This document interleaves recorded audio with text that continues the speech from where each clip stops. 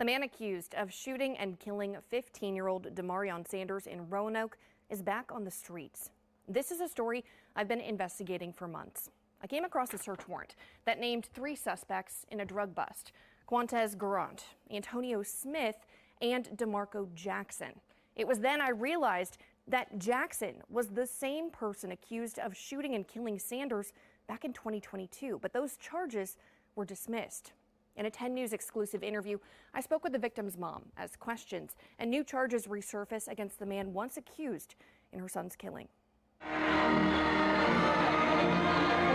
A day of celebration. Congratulations from the faculty and staff of William Fleming High School.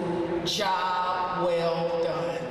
Is a bittersweet one for Latoya Sanders. Instead of watching from the audience like other parents, with the family of Demarion Sanders, please come to the stage. She joined the seniors wearing their caps and gowns and walked across the stage at William Fleming High School's graduation to accept her son's diploma. Her son, Demarion Sanders, was shot and killed in Roanoke on September 3rd, 2022. He had just turned 15 2 weeks before that. Her son's accused killer, DeMarco Jackson, was charged with first-degree murder. But those charges were dismissed when the witness, who was a juvenile, would not testify under oath. They only give him that choice. He have to go in there and point him out. We asked for protection, nothing. That's dangerous. Wouldn't no kid do that. So when you heard that your son's accused killer was being let go, what did you think? I was actually there. I was in the courtroom when it happened, and I just walked out crying, and yeah, I just was all bad. Fast forward to August 2024, Jackson was arrested and charged again, this time in a separate case after undercover drug buys on Archbold Ave Northeast. The Star City Drug and Violent Crime Task Force found meth, fentanyl, cocaine, and multiple firearms, one with casings matching those of a recent shooting in downtown Roanoke. Along with Jackson, police arrested 2 others: Antonio Smith, listed as a 4-time convicted felon, and Quantez Garant. Police say they're known to be involved in gang activity. All 3 faced drug and gun charges until prosecutors dropped charges against Smith and Jackson in a legal move called null pros. The null pros, which is a Latin word meaning no longer prosecute.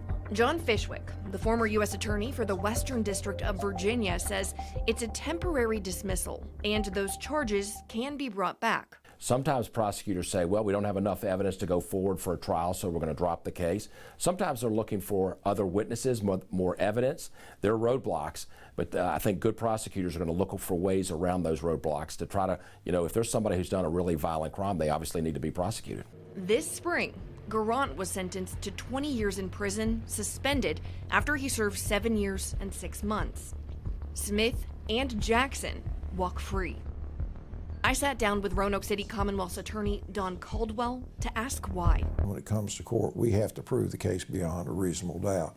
And really, we just didn't have the evidence to prove it against those 2 individuals. Was there a possibility of lesser charges, of anything else like that, or not in this case? There's always a possibility of lesser charges, but there has to be something there to motivate them to want to enter into a plea agreement, and the evidence to do that was not here. How do you think the public might perceive that, knowing that 2 individuals were not prosecuted in this case, who are known to be violent offenders in the community? If you're asking me, do I feel guilty about losing some cases? The answer is no. I'm going to lose. I have a saying that I tell all my attorneys: you show me an attorney that brags about their 1-loss record, and I'll show you an attorney that doesn't prosecute cases. So, you've got to approach each case individually. If you got the proof to prosecute it, if you don't, you got to cut it loose and move on. But Latoya says she can't move on. It's unbelievable, and it still is. I think it's like a dream. I don't want to believe that he's gone. While other students prepare for college or to start work, Latoya says she still thinks about the milestones Demarion will miss. He was a good kid. He wanted to go to the Army. He always wanted to go to the Army. And then his Sweet 16, I wasn't able to give him his car like I did his sister. Um, and being that he never had kids or anything, so I don't have nothing of him, a piece of him left. And she'll continue to fight for justice. Just know I will get justice for my son. Yes, I will. Don't know how long it'll take, but I'm gonna do it.